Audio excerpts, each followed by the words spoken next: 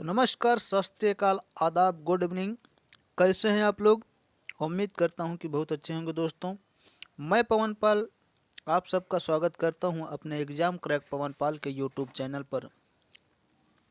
दोस्तों, रोज़ की तरह, हमेशा की तरह जीके जीएस का महासंग्राम चलाने आ गया हूं आप लोगों के लिए।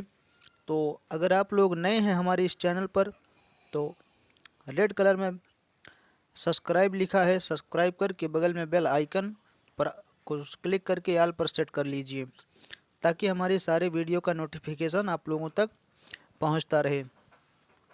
तो दोस्तों, आप लोगों का ज़्यादा समय न लेते हुए मैं अपने आज के क्वेश्चन पर चलता हूं। आपका पहला क्वेश्चन है, जब सीधे ऊपर की ओर फेंका गया एक पत्थर से इस पर पहुंचता है तो बताइए क्या होता है। जब सीधे ऊपर की ओर फेंका गया एक पत्थर शीर्ष पर पहुंचता है तो इसका क्या होता है? वेग एवं त्वरण शून्य हो जाता है। केवल वेग शून्य होता है, वेग गतिमान रहता है तथा त्वरण शून्य होता है। चौथा ऑप्शन है दोनों गतिमान रहते हैं।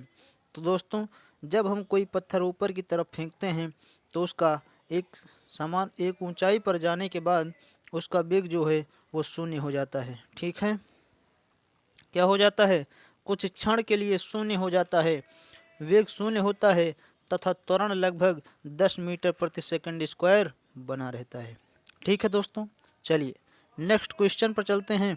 अगला क्वेश्चन है आपका, दुनिया का पहला कृत्रिम उपग्रह किसके द्वारा लॉन्च किया गया था?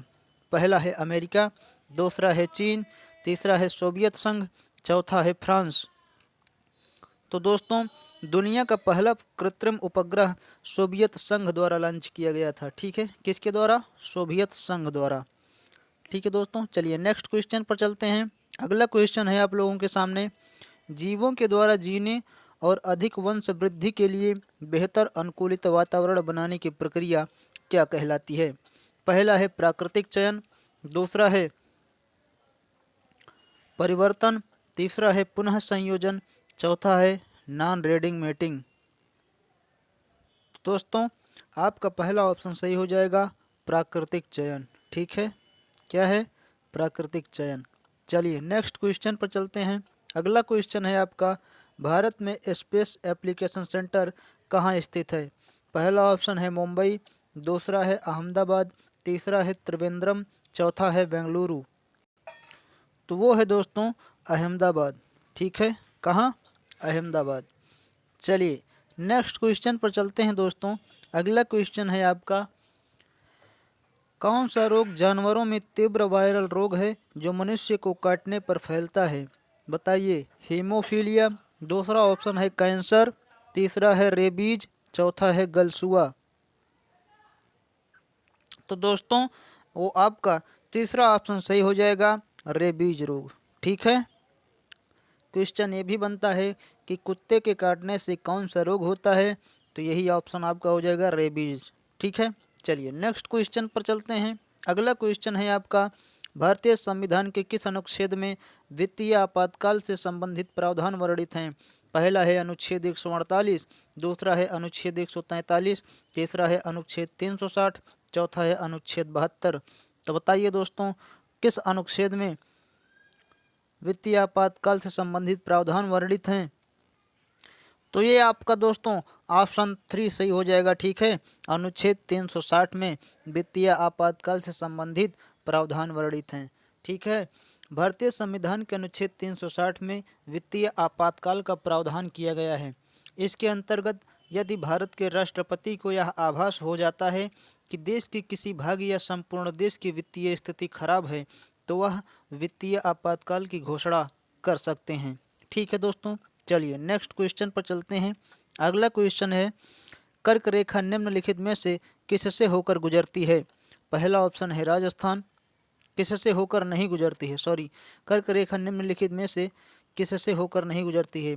पहला है राजस्थान, दूसरा है मिजोरम, तीसरा है त्रिपुरा, चौथा है मणिपुर। तो दोस्तों, कर्क रेखा जो है आपका चौथा ऑप्शन सही हो जाएगा, मणिपुर। ठीक है, कहाँ से होकर गुजरती है, कहाँ से होकर नहीं गुजरती? मणिपुर। तो दोस्तों, कर्क रेखा पृथ्वी के उत्तरी गोलार्ध में भूमध्य रेखा के समांतर 23 अंश 30 अक्षांश पर स्थित है। यह एक काल्पनिक रेखा है जो पश्चिम से पूर्व की ओर खींची गई है।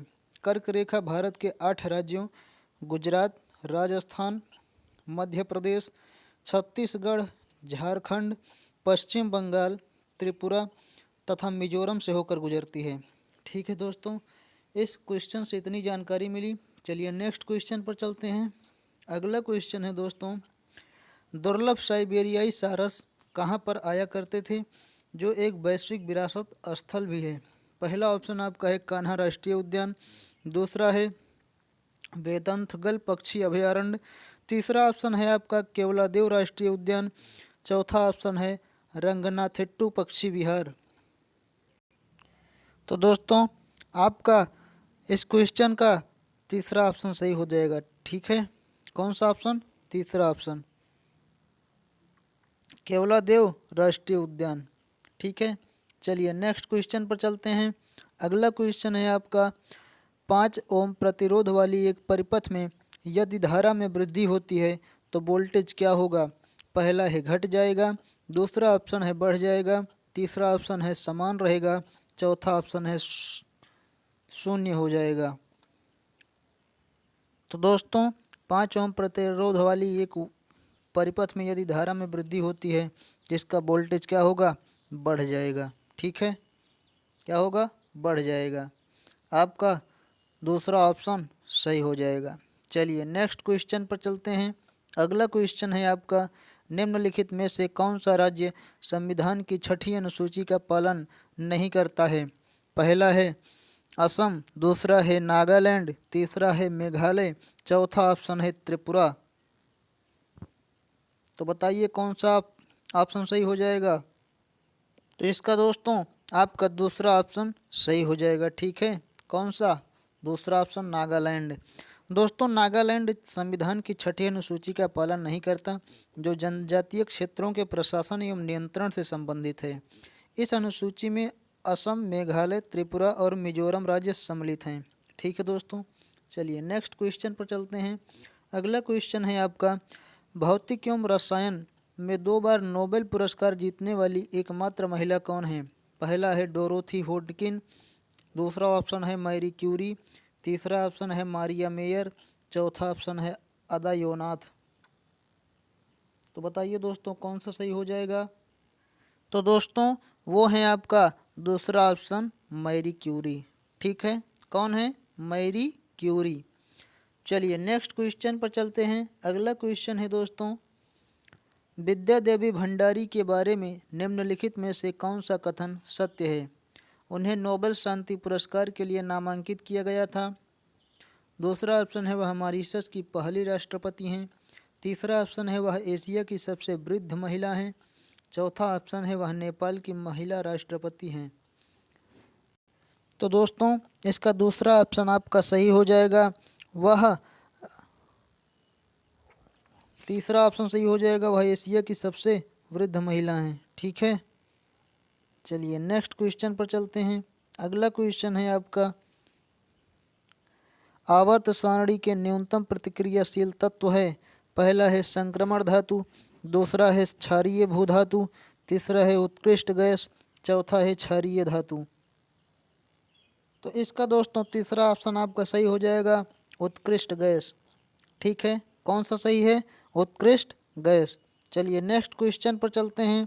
अगला क्वेश्चन है आपका, निम्नलिखित मंदिरों में से किसे यूरोपीय नागरिकों द्वारा ब्लैक पैगोडा भी कहा जाता था? पहला है कोणार्क मंदिर, दूसरा है जगन्नाथ मंदिर, तीसरा है बृहदेश्वर मंदिर, चौथा है मुक्तेश्वर मंदिर। तो इसका ऑप्शन आपका 1 सही हो जाएगा दोस्तों। पहला ऑप्शन क्या है? कोणार्क मंदिर। ठीक है, कोणार्क मंदिर को यूरोपीय नाविकों द्वारा ब्लैक पैगोडा भी कहा जाता था। चलिए नेक्स्ट क्वेश्चन पर चलते हैं। अगला क्वेश्चन है आपका, भारत के अंतिम गवर्नर जनरल कौन थे? पहला ऑप्शन है चक्रवर्ती राजगोपालाचारी, दूसरा है वारेन हेस्टिंग्स, तीसरा है लुईस माउंटबेटन, चौथा है एडवर्ड लॉ। तो बताइए दोस्तों कौन सही हो जाएगा? दोस्तों आपका पहला ऑप्शन सही हो जाएगा, ठीक है, चक्रवर्ती राजगोपालाचारी। ठीक है, चलिए नेक्स्ट क्वेश्चन पर चलते हैं। अगला क्वेश्चन है आप लोगों के सामने। 1939 में इंडियन नेशनल कांग्रेस छोड़ने के बाद सुभाष चंद्र बोस ने किसका गठन किया था? पहला है फॉरवर्ड ब्लॉक, दूसरा है स्वराज पार्टी, तीसरा है सोशलिस्ट पार्टी, चौथा है गदर पार्टी। तो बताइए दोस्तों कौन सा सही हो जाएगा इसमें से? तो दोस्तों इसका आपका पहला ऑप्शन सही हो जाएगा, फॉरवर्ड ब्लॉक। ठीक है, कौन सा? Forward block. दोस्तों ये क्वेश्चन अगर आप लोगों के समझ में आ रहे हैं, अच्छे लग रहे हैं, तो हमारे इस वीडियो को लाइक, शेयर और सब्सक्राइब जरूर कीजिए। ठीक है दोस्तों, चलिए नेक्स्ट क्वेश्चन पर चलते हैं। अगला क्वेश्चन है पोलियो वैक्सीन की खोज किसके द्वारा की गई थी? पहला है आइजैक न्यूटन, दूसरा है मैरी क्यूरी, तीसरा है जोनास साल्क, चौथा ऑप्शन है अल्बर्ट आइंस्टीन। तो बताइए दोस्तों कौन सा सही हो जाएगा? आपका तीसरा ऑप्शन सही हो जाएगा। ठीक है, कौन सा? तीसरा, जोनास साल्क। चलिए नेक्स्ट क्वेश्चन पर चलते हैं। अगला क्वेश्चन है आपका, इसरो द्वारा निर्मित पहला विशिष्ट मौसम उपग्रह मेटसैट क्या है? पहला है भू समकालिक उपग्रह, दूसरा है पृथ्वी की निचली कक्षा में रहने वाला उपग्रह, तीसरा है ध्रुवीय कक्षा उपग्रह, चौथा है डीप स्पेस प्रोब सैटेलाइट। तो वो है दोस्तों भू समकालिक उपग्रह। ठीक है, कौन सा? भू समकालिक उपग्रह। पहला ऑप्शन आपका सही हो जाएगा। चलिए नेक्स्ट क्वेश्चन पर चलते हैं। अगला क्वेश्चन है चोल राजवंश के अंतिम शासक कौन थे? पहला है राजा राजा चोल तृतीय, दूसरा है राजेंद्र चोल तृतीय, तीसरा ऑप्शन है विजयालय चोल, चौथा ऑप्शन है कोलुथुंगा चोल। तो आपका दूसरा ऑप्शन सही हो जाएगा दोस्तों, राजेंद्र चोल तृतीय। ठीक है, कौन था? राजेंद्र चोल तृतीय। चोल राजवंश के अंतिम शासक राजेंद्र चोल तृतीय थे। चलिए नेक्स्ट क्वेश्चन पर चलते हैं। अगला क्वेश्चन है निम्नलिखित में से किस जर्मन वैज्ञानिक ने एक्स किरणों की खोज की थी? पहला है विलियम रॉन्टजन, दूसरा है फिलिप लेनार्ड, तीसरा है मैरी क्यूरी, चौथा है विलियम क्रुक्स। तो दोस्तों जिसने एक्स किरणों की खोज की थी वो थे विलियम रॉन्टजन। ठीक है, कौन थे? William Röntgen. चलिए नेक्स्ट क्वेश्चन पर चलते हैं। अगला क्वेश्चन है आपका, भारत के प्रधानमंत्री के पद हेतु नामित किए जाने के लिए एक व्यक्ति की न्यूनतम आयु कितनी होनी चाहिए? पहला ऑप्शन है 25 वर्ष यदि वह राज्यसभा का सदस्य है, दूसरा ऑप्शन है 25 वर्ष यदि वह लोकसभा का सदस्य है, तीसरा ऑप्शन है 30 वर्ष यदि वह राज्यसभा का सदस्य है, चौथा ऑप्शन है 30 वर्ष यदि वह लोकसभा का सदस्य है। दोस्तों आपका दूसरा ऑप्शन सही हो जाएगा, 25 वर्ष यदि वह लोकसभा का सदस्य है। ठीक है, अगर वह 25 वर्ष की उम्र पार कर चुका हो और लोकसभा का सदस्य है तो भारत के प्रधानमंत्री पद के लिए उसको नामित किया जा सकता है। ठीक, चलिए नेक्स्ट क्वेश्चन पर चलते हैं। अगला क्वेश्चन है आपका, निम्नलिखित में से किस देश को 2011 में स्वतंत्रता प्राप्त हुई? पहला है एरिट्रिया, दूसरा है दक्षिण सूडान, तीसरा है स्लोवाकिया, चौथा है ब्रुनई। आपका दूसरा ऑप्शन सही हो जाएगा, दक्षिण सूडान। ठीक है, कौन सा ऑप्शन? दूसरा ऑप्शन। चलिए नेक्स्ट क्वेश्चन पर चलते हैं दोस्तों। अगला क्वेश्चन है आपका, राम खेलिया किस राज्य का एक लोक नृत्य है? बताइए राम खेलिया किस राज्य का एक लोक नृत्य है? पहला है हरियाणा, दूसरा है केरल, तीसरा है बिहार, चौथा है मध्य प्रदेश। तो आपका दोस्तों तीसरा ऑप्शन सही हो जाएगा। ठीक है, बिहार। कहाँ का लोक नृत्य है? बिहार का। चलिए नेक्स्ट क्वेश्चन पर चलते हैं। अगला क्वेश्चन है आप लोगों का, भारतीय संविधान में उल्लिखित आपातकालीन प्रावधान किस देश के संविधान से लिए गए हैं? पहला है संयुक्त राज्य अमेरिका, दूसरा है यूनाइटेड किंगडम, तीसरा है जर्मनी, चौथा है कनाडा। तो बताइए किस देश से लिए गए हैं आपातकालीन प्रावधान? जल्दी से जवाब दो सब लोग। तो दोस्तों इसका तीसरा ऑप्शन आपका सही हो जाएगा, जर्मनी से। कहाँ से? जर्मनी से।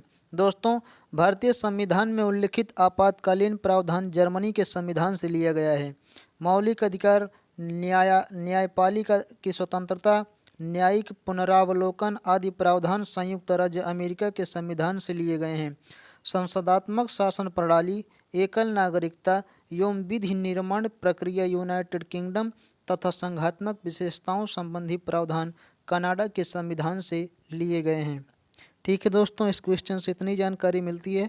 चलिए नेक्स्ट क्वेश्चन पर चलते हैं दोस्तों। अगला क्वेश्चन है आपका, निम्नलिखित में से कौन सा सत्य है?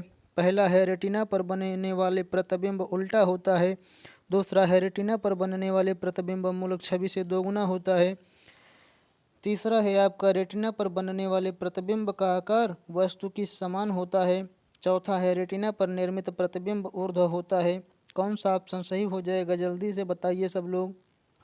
तो दोस्तों, आपका पहला सही हो जाएगा, रेटिना पर बनने वाले प्रतिबिंब उल्टा बनता है। ठीक है, क्या हो जाएगा? रेटिना पर बनने वाला प्रतिबिंब उल्टा बनता है। ठीक, चलिए नेक्स्ट क्वेश्चन पर चलते हैं। पहला है, महान सम्राट अशोक किस वंश के थे? पहला ऑप्शन है आपका मौर्य वंश, दूसरा है मुगल वंश, तीसरा है गुप्त वंश, चौथा है चोल वंश। बताइए सब लोग जल्दी से। तो दोस्तों, वो मौर्य वंश से संबंधित थे। ठीक है, किस वंश से? मौर्य वंश से। चलिए नेक्स्ट क्वेश्चन पर चलते हैं।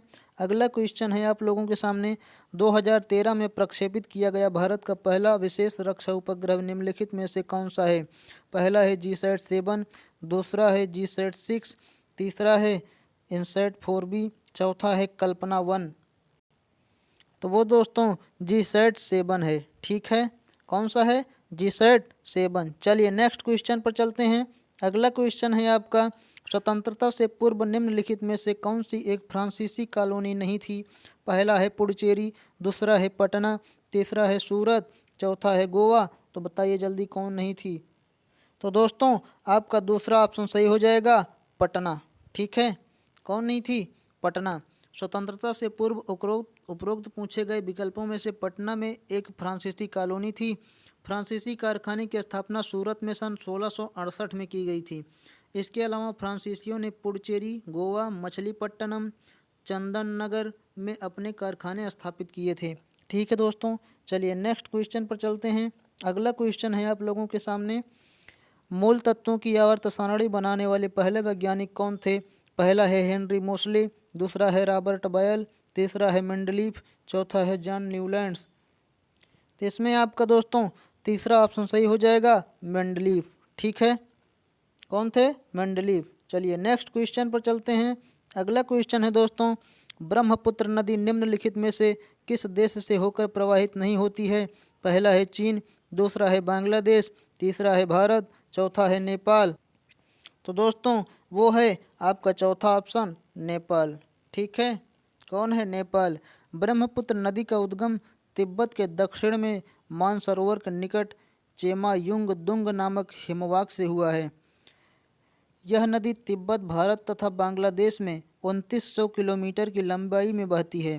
ठीक है दोस्तों, इस प्रश्न से हमें इतनी जानकारी मिलती है। तो ये रहे हमारे आज के 30 महत्वपूर्ण प्रश्न। तो दोस्तों, अगर ये प्रश्न आपको अच्छे लगे हों, समझ में आए हों, तो हमारे इस चैनल को नीचे रेड कलर में सब्सक्राइब लिखा हुआ है, उस पर क्लिक करके बगल में बेल आइकन दबा लें, ताकि हमारे सारे वीडियो का नोटिफिकेशन आप तक पहुंचता रहे। दोस्तों, इस प्रश्नों को लाइक, शेयर और सब्सक्राइब कीजिए और लोगों को भी शेयर कीजिए, ताकि एग्जाम क्रैक पवन पाल एक बड़ा चैनल बन सके। तो चलिए दोस्तों, मिलेंगे नेक्स्ट वीडियो में और भी इम्पोर्टेंट प्रश्नों के साथ। तब तक के लिए दीजिए इजाज़त। धन्यवाद।